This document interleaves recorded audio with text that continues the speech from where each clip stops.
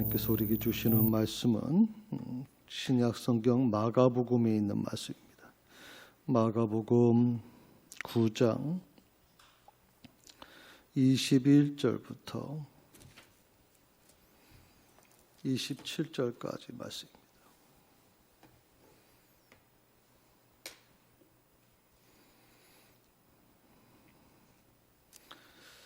다 찾으셨으면 일어나셔서 같이 말씀을 들으시기 바랍니다.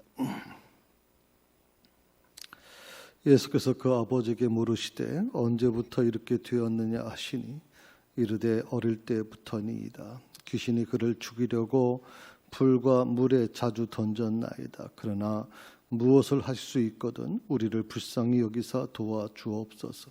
예수께서 이르시되 할 수 있거든이 무슨 말이냐. 믿는 자에게는 능히 하지 못할 일이 없느니라 하시니 곧 그 아이의 아버지가 소리질러 이르되 내가 믿나이다. 나의 믿음 없는 것을 도와주소서 하더라. 예수께서 무리가 달려와 모이는 것을 보시고 그 더러운 귀신을 꾸짖어 이르시되 말 못하고 못 듣는 귀신아 내가 네게 명하노니 그 아이에게서 나오고 다시 들어가지 말라 하시매 귀신이 소리 지르며 아이가 심히 경련을 일으키게 하고 나가니 그 아이가 죽은 것 같이 되어 많은 사람이 말하기를 죽었다 하나 예수께서 그 손을 잡아 일으키시니 이에 일어서니라. 이것이 하나님의 말씀입니다. 아멘.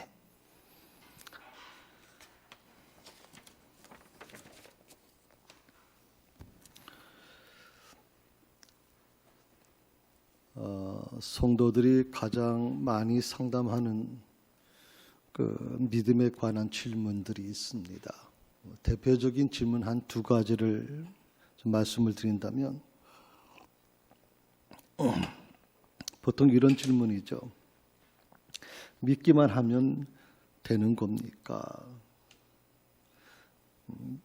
믿고 기도하면 병이 정말 낫나요? 라고 하는 질문입니다. 믿기만 하면 병이 낫나요? 참 어떻게 보면 이 목사에게 이런 질문을 해도 참 그 목사들이 참 이 부분에 대해서 분명하게 얘기해 주기 쉽지 않죠. 믿으면 다 병이 낫습니까?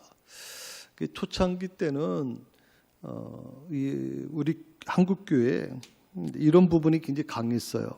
그래서 병 낫기 위해서 교회 가면 예수 믿으면 다 병 낫습니다. 이렇게 전도하다 보니까 교회 와서 열심히 신앙생활을 하고 물론 치유받은 사람들도 있어요. 그런데 병이 낫지 못해서 또 그래서 또 여러 가지 가족의 어려움을 겪으면서 또 불신하면서 교회를 떠난 사람들도 수없이 많습니다. 두 번째는 정말 믿음이면 되냐는 겁니다. 정말 믿음이면 되는 것인가? 이 질문은 두 번째 질문은요. 어떻게 보면 굉장히 중요한 질문입니다. 첫 번째 질문도 물론 중요하지만 두 번째 질문이 중요합니다. 믿음이면 되는 것인가? 믿음이면. 지금까지 우리가 생각해왔던 것이 뭐냐면 믿음만 있으면 다 되는 거라고 생각을 해봤거든요. 믿음이 있으면 산을 옮길 만한 믿음에 대한 말씀도 하셨잖아요. 그래서 명하면 산이 옮겨질 정도의 그런 믿음도 얘기하셨잖아요. 수없이 우리가 이 공간복음서에서 믿음에 대한 얘기를 할 때 믿음은 정말 기적을 만들어내는 하나의 그 시작이라고 생각을 했단 말이죠. 그래서 오늘 저는 믿음이라고 하는 것을 다시 한번 정리해 보려고 하는 겁니다. 그래서 우리가 믿음에 대해서 잘못 알고 있던 부분이 과연 무엇인가, 얼마나 많이 있는가 하는 부분을 좀 설명을 드리려고 하는데 한 두 가지 대표적인 것을 좀 말씀드릴까요? 조금 전에 말씀을 드린 것처럼 믿고 기도하면 무조건 병이 나을 것이라는 생각입니다. 근데 현실은 어떻습니까? 예. 믿음 좋은 사람들도 불치병에 걸리고 믿음 좋은 사람들도 젊은 나이에 하나님의 부르심을 받는 사람들도 있습니다. 믿고 기도하면 무조건 병이 낫는다. 이거는 정말 잘못된 생각이고요. 이거는 정말 교회가 가르쳐서는 안 되는 생각입니다. 좀 더디 가더라도, 좀 더디 성장하더라도 교회가 이런 식으로 기복신앙을 그 성도들에게 집어넣어주면서 어떻게 보면 교회가 잘못된 모습들이 많이 나타날 수밖에 없었습니다. 그러니까 병 문제, 뭐 병이라든지 어떤 문제를 가지고 이제 뭐 기도하거나 믿음을 갖게 되면 뭐 교회 나오면 해결될 거라고 생각을 했는데 그러지 않다 보니까 믿음이 흔들리는 성도들이 나타날 수밖에 없는 거죠. 두 번째가 뭐냐면 기도해도 안 되는 건 믿음이 없어서일 거라는 생각입니다. 기도들 열심히 했고 또 뭐 열심히 믿음 생활 했는데도 안 된다. 그건 믿음이 부족해서다. 보통 이렇게 두 가지 안을 갖고 있는 겁니다. 믿고 기도하면 무조건 병이 난다. 문제가 해결받는다. 축복받는다. 그런데 그렇지 못하게 되면 어떻게 이해합니까? 믿음이 부족해서 그래요. 믿음이 없으니까. 믿음이 없어서 안 되는 거다라고 생각을 하는 겁니다. 이 두 번째 문제는요, 굉장히 중요한 부분이 뭐냐면 이거는 결과적으로 보면 두 가지가 다 모두 해당됩니다. 믿음을 탓하면서 결국 자신을 정당화시키려고 하는 것일 수 있어요. 이거는 목회자한테도 굉장히 위험한 거예요. 목회자한테도. 어떻게 보면 하나님의 이름을 팔아가지고 잘못하면 이것이 인간적인 모습이 될 수 있기 때문에 아주 위험한 사상이라고 저는 보고 있거든요. 그러니까 믿음이라는 거가 병이 낫지 않았어, 문제가 해결되지 않았어, 축복받지 못했어, 그건 다 당신이 믿음이 부족해서 그래 라고 하는 것으로 몰아가는 거예요. 한국 교인들은 바로 여기에 익숙해져 길들여져 있어요.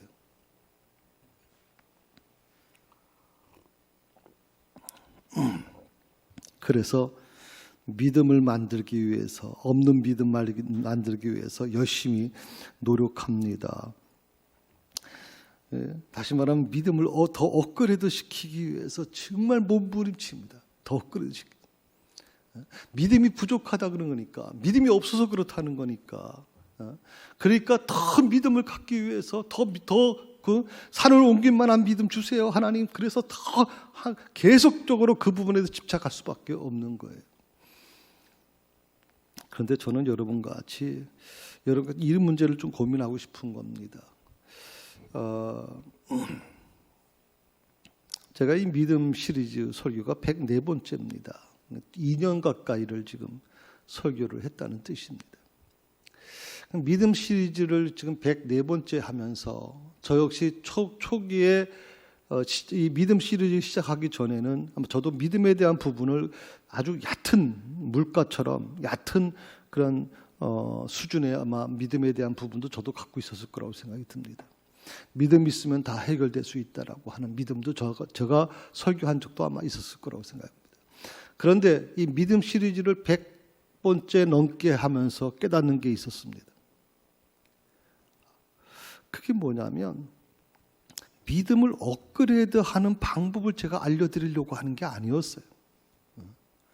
104번째 설교를 제가 하면서 여러분들에게 믿음이 무슨 업그레이드 돼가 더 좋은 믿음이 되게 하기 위해서 이 믿음 시리즈를 제가 한 게 아니에요. 딱 한 가지예요. 믿음의 본질이 뭐냐. 믿음의 본질이 뭐냐. 우리는 왜 하나님을 믿고 있는 것인가 그랬죠.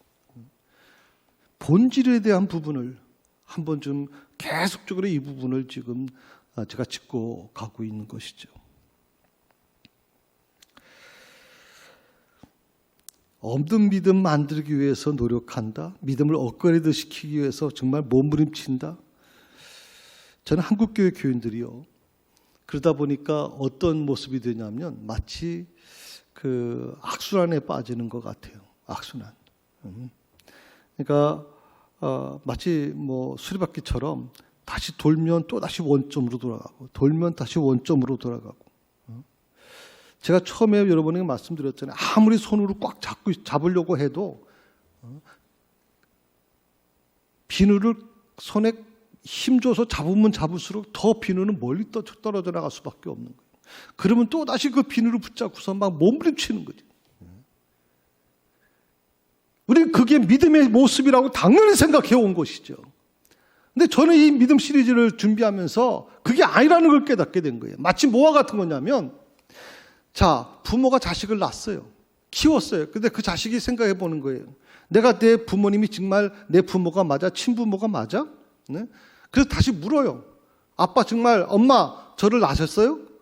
어머니 모태에서 정말 제가 태어났어요? 제가 친자식이 맞아요? 그래, 너는 내 몸에서 난 아이야. 내가 고통스럽게 너를 10개월 동안 내 몸에 두고 너를 낳는데 너는 내 친자식이야. 하루 지나서 또 다시 물어요. 내가 정말 아빠, 엄마의 친자식 맞아요? 한두 번, 10번, 20번, 100번 되기 시작하면 어떻게 됩니까? 부모가 화를 냅니다. 대체. 너 지금 뭐 하는 짓이야 대체.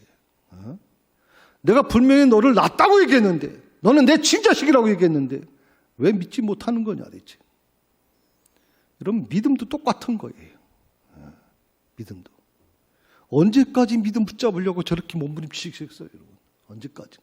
저는 그걸 바라보시는 하나님께서 어떤 마음일까라는 걸 깨달은 거예요. 어떤 마음일까. 믿음에 관한 설교를 들으면서 또 성경을 읽으면서 여러분 어땠습니까? 사실은 이해되지 않는 부분들이 많이 있었을 겁니다. 제가 81년도에 신학을 시작했으니까 고등학교 졸업하자마자 신학교에 갔으니까 지금 40년째인데 그렇게 오랫동안 설교하고 또 그렇게 7년간 신학 또 박사과정까지 하면 거의 11년을 공부했는데도 불구하고 사실은 어떻게 보면 저도 이해되지 않는 부분들이 상당히 많이 있어요. 이해되지. 청년들이 와서 물어볼 때, 교인들이 물어볼 때, 그게 당신은 믿음이 없어 그래. 믿음이 있으면 다 믿어져. 아니요. 목사인 저도 이해되지 못하는 부분들이 있는데 성경. 두 번째 막히는 부분들이 있었잖아요. 막히는 부분들. 아무리 해도 대체 이게 꽉 막혀가지고 어떻게 해볼 방법이 없을 것도 존재하고 있단 말이죠. 지금까지 우리는 이 해결되지 않는 숙제처럼 그것을 짊어지며 신앙생활을 해왔던 게 사실입니다. 과연 믿음이라는 게 무엇일까?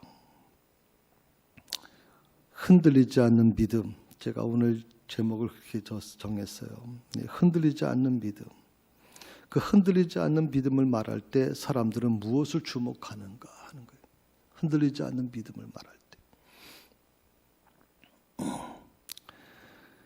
흔들리시지 않는 하나님을 주목하는 게 아니에요. 대부분 흔들리지 않는 나에게 주목해요. 나. 자, 흔들리지 않는 믿음을 말할 때 사람들은요, 놀랍게도 하나님을 바라보지 아니하고 나를 바라보게 돼요. 나를. 그게 바로 문제예요. 그래서 아무리 꽉 붙잡아도 결국에는 어떻게 됩니까? 흔들릴 수밖에 없는 거예요. 아무리 열심히 붙잡아도 두렵고 떨리게 되는 것이고 염려가 사라지질 않아요.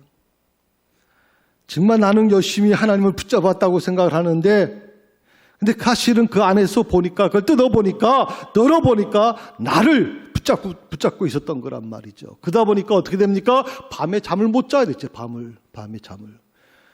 하나님께서 사랑하는 자에게 잠을 주신다 했는데 잠을 못 자야 됐죠. 밤에 꼬박. 불안해서. 이렇게 된 이유는 간단해요. 사람들이 믿음의 대상을 잘못 바라보기 때문에 그래요. 하나님을 바라보지 않고 자기 자신을 바라보는 거죠. 자기 자신.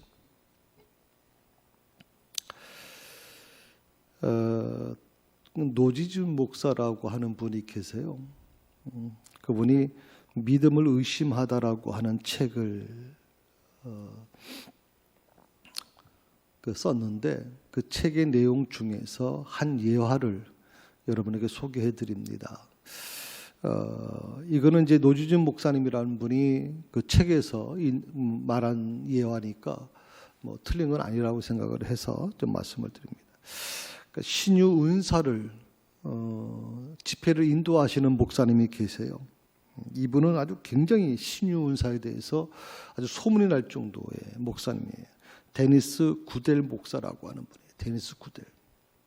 미국 목사님이신데 이분이 집회를 인도하시고 부흥회를 인도하시면 이제 은사 신유 집회가 이루어지는 거예요. 그날도 그 한 지역의 도시에서 집회를 하면서 이분이 어떤 감동을 받으셨는지 갑자기 이렇게 얘기합니다. 특정 암을 내가 고쳐주겠습니다. 하나님께서 내게 그런 계시를 주셨습니다. 자, 특정 암을 가지고 있는 사람 이 강대 위에 올라오세요. 하나님이 오늘 고쳐주심을 믿으신다면 지금 가지고 있는 약 다 버리세요. 앞에 쓰레기 휴지통을 갖다 놨어요. 약을 다 버리라. 다시는 병원에 가지 마라. 그리고 앞으로 약을 먹지 마라. 명령했어요. 이 특정 암과 싸우던 아주 신실한 성도님이 계셨어요. 참 기도도 많이 하시고 정말 믿음이 너무나도 좋았던 분인데 이분이 특정 암 때문에 지금 굉장히 힘들게 싸움을 가졌어요. 근데 그 집회에서 이 목사님의 말씀을 들으면서 확신이 생겼어요. 그래서 목사님 말씀 믿고 먹던 약 다 끊고 있던 약 있는 전부 다 휴지통에다 버렸어요. 그런데 어떻게 됐을까 하는 겁니다. 어떻게 됐을까? 이 노지준 목사님이 믿음을 의심하다라고 하는 책에서 이렇게 얘기했습니다. 얼마 지나지 않아서 그 신실한 믿음의 성도님은 죽었다라고 얘기해요. 병원의 의사들은 그 사실을 알고 나서 막 화를 냈다. 자, 데니스 구델이라고 하는 이 목사님이 신유의 은사를 받았고 신유의 은사를 가지고 이제 감동을 받아서 그 특정 암을 고치겠다고 말씀하셨고 또 이 특정 암을 이제 고치기 위해서 그 믿음 정말 하나님이 고쳐주심을 믿는다면 지금 가지고 있는 약 다 버리라 그래서 다 버렸어요. 말씀에 온전히 순종한 분이 이분은. 그런데 놀랍게도 얼마 되지 않아서 죽었고 그걸 바라보던 주치의 의사는 아주 심각한 문제로 지금 이걸 받아들였어요. 그 미국 사회에서 아주 문제가 됐던 사건이에요.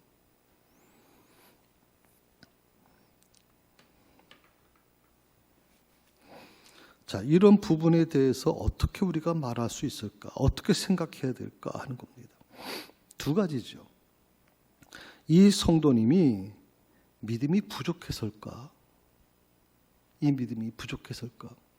아니, 암투병하는 사람이 그 먹던 약을 다 끊고 버릴 정도인데 목사님 말씀을 믿고서 다 버릴 정도인데 뭐가 이번이 믿음이 부족하다고 하는 거예요? 믿음이 부족한 건 아닌 것 같잖아요. 두 번째로 아니라고 하면 그럼 믿음이 잘못된 것인가 하는 거예요. 믿음이 잘못된 것인가? 이 둘 중에 하나 아니겠어요? 믿음이 부족했던가 아니면 믿음이 잘못됐던가 하든 잘못 믿었던가. 오늘 이 믿음과 기도의 관계에 대해서 조금 여러분께 말씀을 좀 드리고 싶어요. 야고보서 5장 15절에는 이런 말씀이 있습니다. 믿음의 기도로 병든 자를 구원하라고 하는 말씀이 있어요. 믿음의 기도로 병든 자를 구원하라. 사실 이 내용은 야고보서에만 있는 말씀이 아니라 사실 성경 곳곳에 있는 말씀이에요. 마가복음 같은 경우에도 이 부분이 많이 믿음에 대한 부분을 많이 있죠. 예수님께서도 병자를 치유하실 때 믿음에 대한 부분을 계속 재확인하셨던 부분이 있기 때문에 믿음의 기도로 병든 자를 구원하라고 하는 이 말씀을 우리는 어떻게 받아들이냐면 이 야고보가 한 말씀이 이것은 병을 낫게 한다는 것이다. 믿음의 기도는 병을 낫게 할 수 있는 것이다. 그렇게 우리는 받아들였고 또 많은 목사님들이 이렇게 설교를 해왔어요. 그런데 오늘 야고보서에 나와 있는 이 말씀, 믿음의 기도로 병든 자를 구원하라고 하는 이 말씀은 병이 낫는다는 것을 의미하는 게 아니에요. 어떤 내용이 있냐면 병 고침을 위해 기도하되 고난 중에 있는 성도들을 붙잡아 주라는 거예요. 무슨 무슨 말인지 아시겠어요? 믿음의 기도로 병든 자를 구원하라고 하는 것은 너가 중보자가 돼서 병들어서 지금 고통 중에 있고 죽음을 앞에 둔 저들을 붙잡아 줘. 대체 붙잡아 주라고. 약해지지 않도록, 넘어지지 않도록 붙잡아 주라.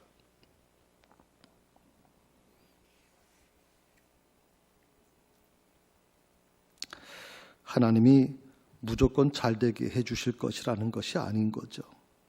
고난도 달게 받을 수 있는 믿음이 필요하다는 겁니다.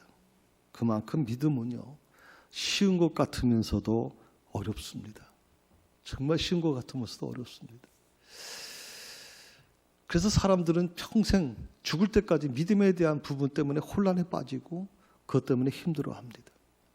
환경을 바라보면서 내 믿음을 측정하다 보니까 환경이 조금 더 커지고 작은 문제들 같은 경우는 별로 특별한 것도 없는데 조금 문제가 커지게 되면 그 다음부터 믿음이 흔들리기 시작하는 겁니다.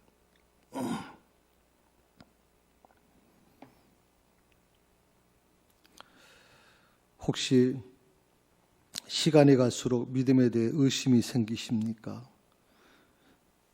의심을 통한 오해가 생기는 것은요, 이상한 것이 아닙니다. 오히려 더 당연한 거라고 생각을 합니다. 우리가 믿음이 있으면 믿음 있는 사람들, 교회에서 적어도 오랫동안 신앙생활을 하면서 중직자가 되고 또 목사 같은 경우에는 그런 의심이 없을 거다라고 생각을 하는 분들이 있습니다. 의심하게 되면, 그 의심이 생기게 되면, 믿음에 대해서 의심이 생기게 되면 그것은 뭔가 잘못된 거야라고 우리는 그렇게 들어왔고 또 그렇게 스스로 자기를 부정합니다. 그러니까 절대 의심하면 안 돼라고 하는 겁니다. 그런데 내 마음에 의심이 생기게 되면 어떡합니까? 내가 믿음이 또 부족해졌구나. 그 믿음을 또다시 업그레이드 시켜야지 라고 하는 이 악순환에 또 빠지게 되는 것이죠. 성도 여러분, 할 수 있는 모든 것을 의심하십시오. 저는 이렇게 말씀드리고 싶습니다. 노지준 목사님이라는 분이 그 믿음을 의심하라고 하는 책을 제가 보면서 아주 크게 도전받았습니다. 할 수 있는 모든 것들을 의심해라. 지금까지 우리는 어떻게 교육받았냐면 의심하면 안 돼. 믿음 있는 사람은 절대 의심하면 안 돼. 그래서 의심하지 않는 것이 최고의 믿음이라고 생각을 했는데 오늘 정반대의 말씀을 제가 드리는 겁니다. 이제 볼륨 조금 더 올려주세요. 그게 뭘 의미하는 것이냐면 우리가 적어도 의심을 해봐야 된단 말이죠. 의심을.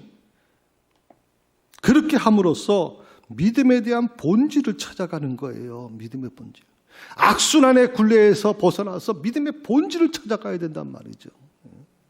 자, 놀라운 것은 그렇게 오랫동안 기도하고 그렇게 오랫동안 믿음 생활을 했음에도 불구하고 믿음에 대한 문제에 있어서 본질을 찾지 못하는 사람이 얼마나 많은지 몰라요.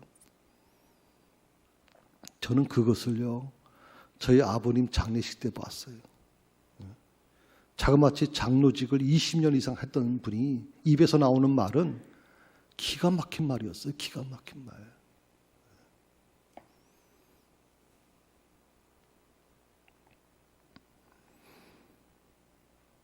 내가 믿음 안에 있는가를 시험하는 것은 의심하는 행동이 아니죠. 그것은 확인하는 행동이에요. 의심하는 행동이 아니라 확인하는 행동. 왜 젊은 청년들이 교회를 떠납니까? 바로 이 부분이에요. 청년이라고, 젊다라고 하는 것은 끊임없이 의심을 하고 끊임없이 의문을 던지는데 그것을 교회에서는 못하게 만들어내요. 그렇게 하면 믿음이 없다고 그냥 정죄해버려요.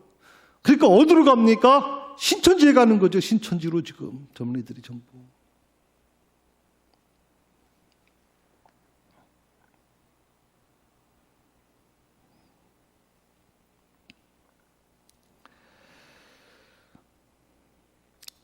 하나님께 한 걸음 더 나아가는 일이 이 세상에서 얼마나 힘든 것인가.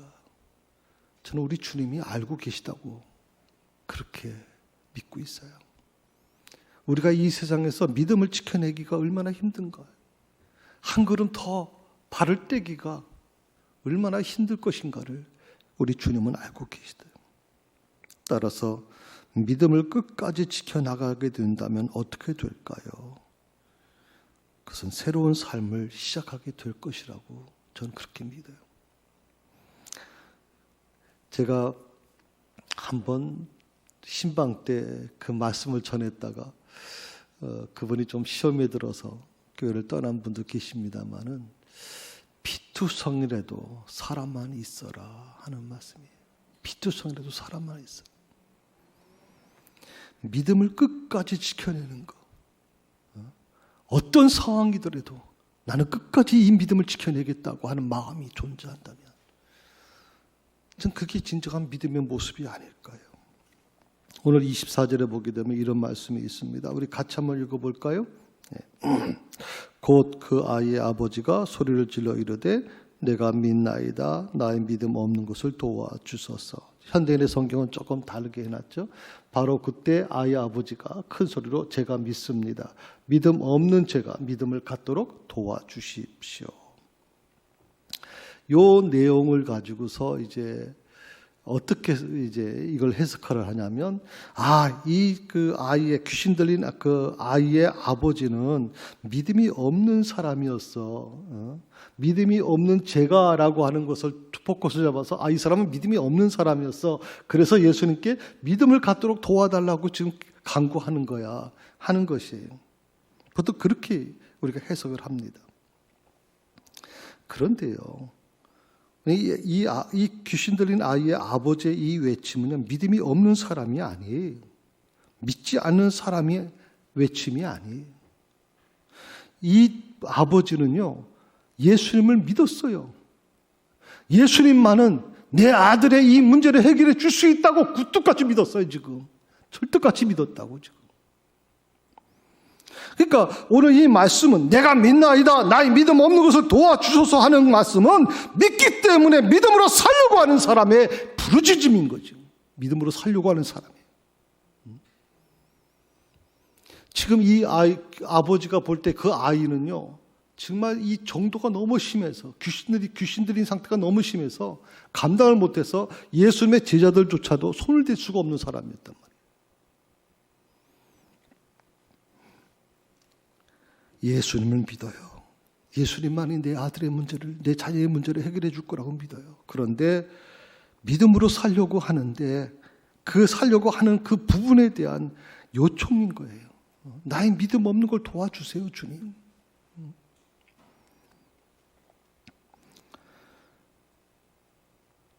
이런 말을 보통 우리가 듣기도 해요. 분명히 믿는데 왜 마음이 불안하죠? 분명이라고 하는 단어가 있어요. 분명히.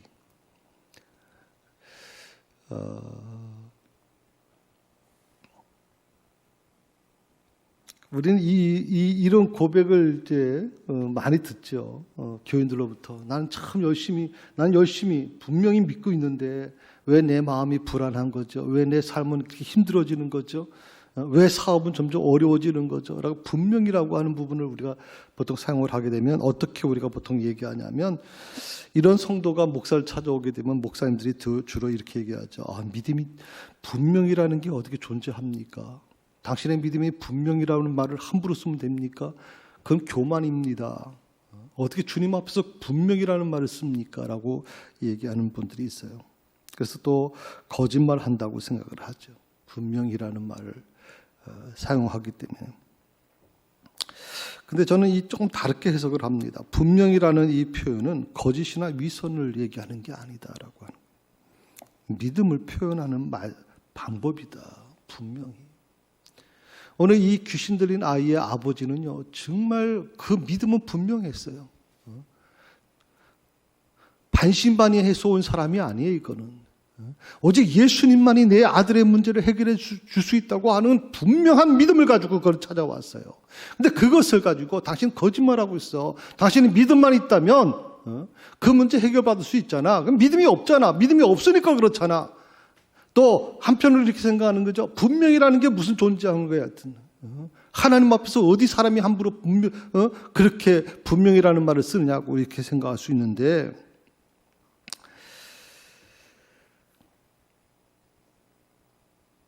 이 믿음을 저는 이렇게 좀 한번 해석해 봤어요. 믿음은 분명히 있어요. 구원에 대한 확신도 분명해요. 그런데 어떤 문제를 만나게 되면 환경을 바라보면서 흔들릴 때가 있어요. 그럼 우리는 뭐 어떻게 했냐면 믿음이 부족해서라고 생각을 해요. 믿음이 없어서. 근데 저는 이렇게 다시 한번 해석합니다. 이것은 마치 이 믿음은 어떤 믿음과 같으냐면 우리가 배를 타고 바다 위에 이제 나가게 되면 배가 나를 보호해 주는 겁니다.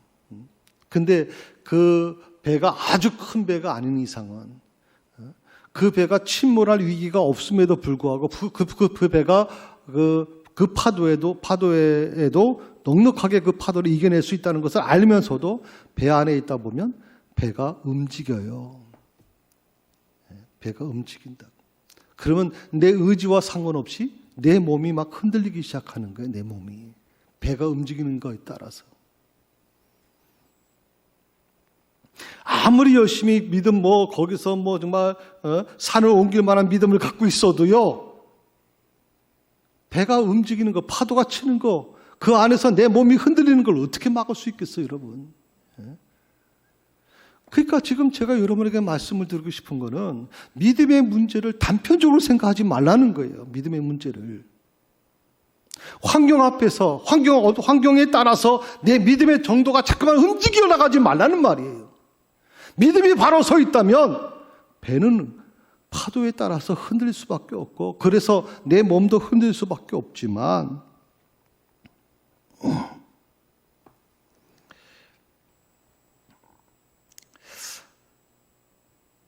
그래도 불안을 느낄 수는 있죠. 배는 분명히 침몰하지 않을 것이다. 배는 절대로 뒤집어지지 않을 것이다. 확신을 갖고 있어도 그 배가 자꾸만 흔들리기 시작하면 불안할 수 있어요.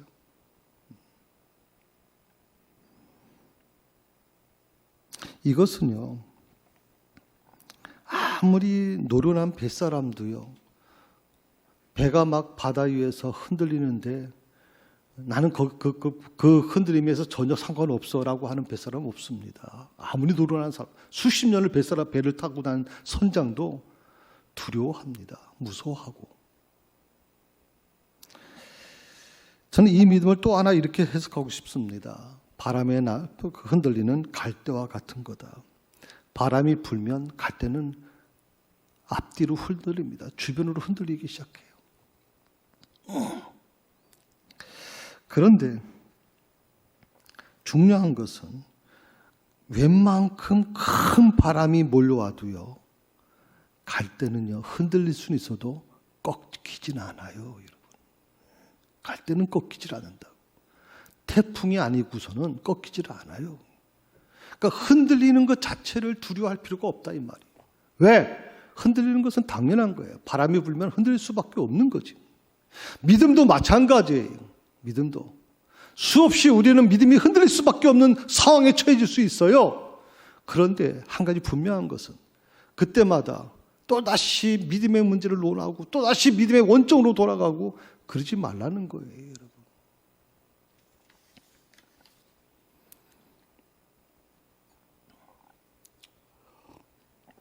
우리는 지금까지 그렇게 믿어왔어요. 하나님 믿으면 고난이 없을 거야. 막연하게 그렇게 생각했어요. 하나님 잘 믿으면 만사 형통할 거야. 하나님 잘 믿으면 고난이 피해갈 거야. 그런데 현실은 어떻습니까? 제가 알고 있는 분들은요. 믿음이 정말 좋은 분들도 원치 않는 병에 걸려서 고통당하고 있고 정말 믿음이 좋은 분들도 그렇게 어렵게 세운 사업장이 잘못돼가지고 어려움을 겪고요. 또 제가 알고 있는 믿음이 좋은 장로님 같은 경우에도요. 부도를 맞아서 회사를 접는 분도 계시고요.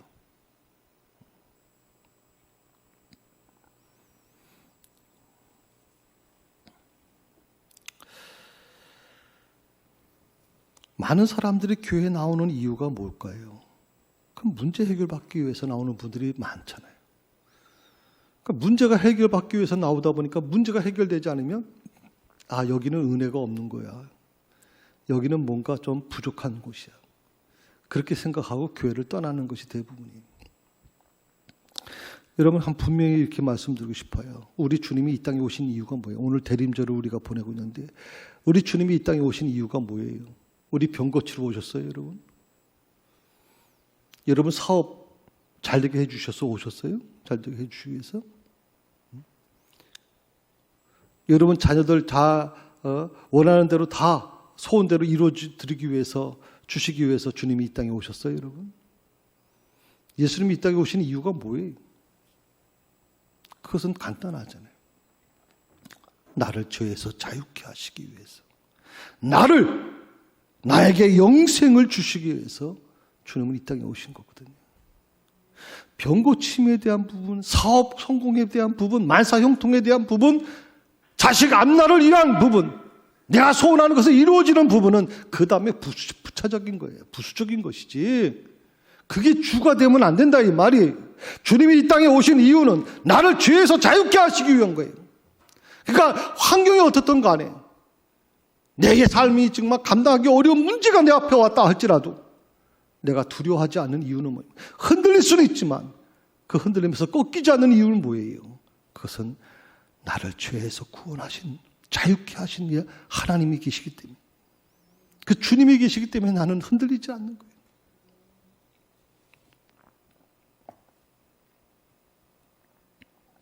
그런데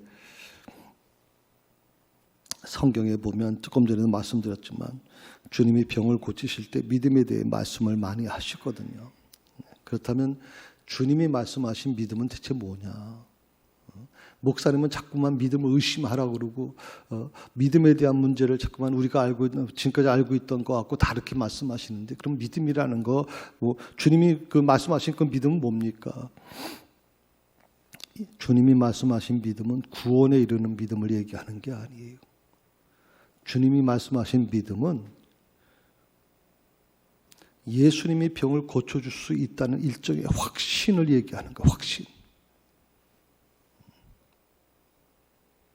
복음서에는요, 이 믿음을 구원에 이르는 믿음이라고 말하지 않았어요. 다만 주님을 바라보기 시작하는 믿음이라고 그렇게 말하고 있어요. 그래서 신학자들 중에는 이 믿음을 이렇게 구분합니다. 구원에 이르는 믿음과 구분해서 역사하는 믿음. 구원에 이르는 믿음이 있고 역사하는 믿음이 있다라고 하는 거예요. 이 병고침에 관련된 부분은 구원에 이르는 믿음이 아니라 역사하는 믿음인 거예요. 그런데 믿음이라는 것을 우리는 한 가지를 보고 있는 거죠. 믿음이 부족해? 그럼 당신 구원받지 못해라고 생각을 하는 거예요.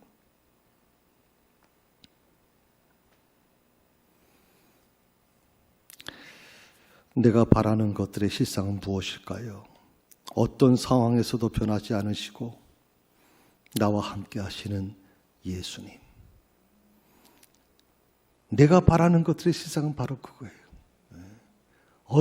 이 세상의 모든 환경이 다 바뀔지라도, 상황이 바뀔지라도 변하지 않으시는 예수님.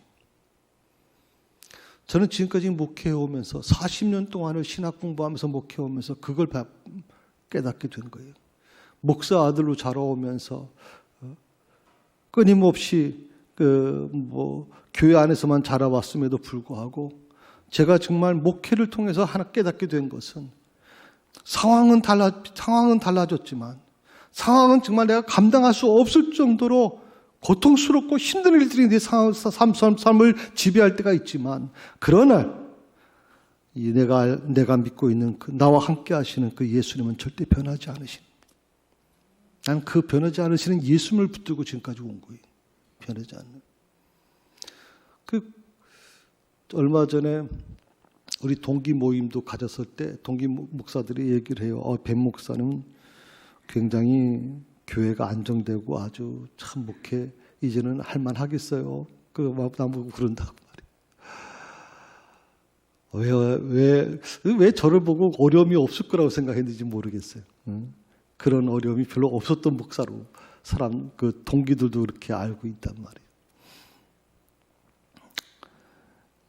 저 많이 힘들게 목회온 목사예요. 저보다 힘들게 목회한 목사 많지 않을 거예요, 여러분.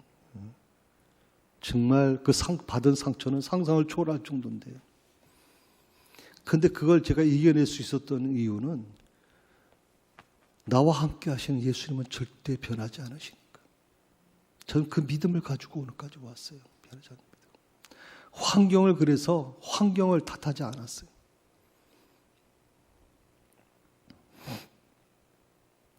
우리는 이미 주님을 말씀을 통해 보았습니다. 바라는 것들의 실상을 소유했습니다. 보이지 않는 것들의 증거를 이미 보았습니다. 그래서 이제 귀신 들린 아이 아버지가 고백한 고백을 붙들고 다시 시작했으면 좋겠습니다. 나의 믿음 없는 것을 도와주소서. 이것은 믿음 없는 사람의 외침이 아니라 정말 믿음으로 살려고 몸부림치는 자의 외침이기 때문에. 그래서 주님은 이 아버지의 믿음을 받아들이셨어요. 그리고 그 문제를 해결해 주셨어요. 가슴에 한번 손을 대십시오. 그리고 이렇게 한번 따라 해보십시다. 주님, 나의 믿음 없는 것을 도와주옵소서. 주님, 나의 믿음 없는 것을 도와주옵소서. 아멘.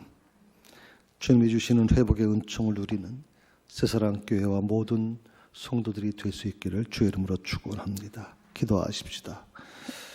아버지, 저희가 가슴에 손을 대고 고백했습니다. 나의 믿음 없는 것을 도와달라고. 이 시대는 정말 믿음을 흔들게 하는 많은 일들이 일어나고 있습니다. 오늘도 저희가 현장 예배를 드리지 못하고 이렇게 하나님 비대면 예배를 드릴 수밖에 없는 처지에 왔습니다. 우리가 세운 계획들이, 준비한 모든 것들이 하루아침에 물거품이 되고 그 모든 것들이 내 생각과 다르게 지금 전개되어가는 모습을 바라볼 때 어떻게 하나님 이 혼란한 시대 속에서도 우리 믿음이 흔들리지 않을 수 있을까요? 주님, 흔들리지 않으시는 하나님 손을 붙잡고 앞을 향해 담대히 나아갈 수 있도록 저희 믿음을 붙잡아 주시옵소서. 상황을 바라보지 않게 하시고 흔들리지 않으시는 변함이 없으신 예수님을 바라보게 하시고 그분을 붙잡고 나아갈 수 있도록 주여 인도하여 주시옵소서. 감사하며 예수님의 이름으로 기도드립니다.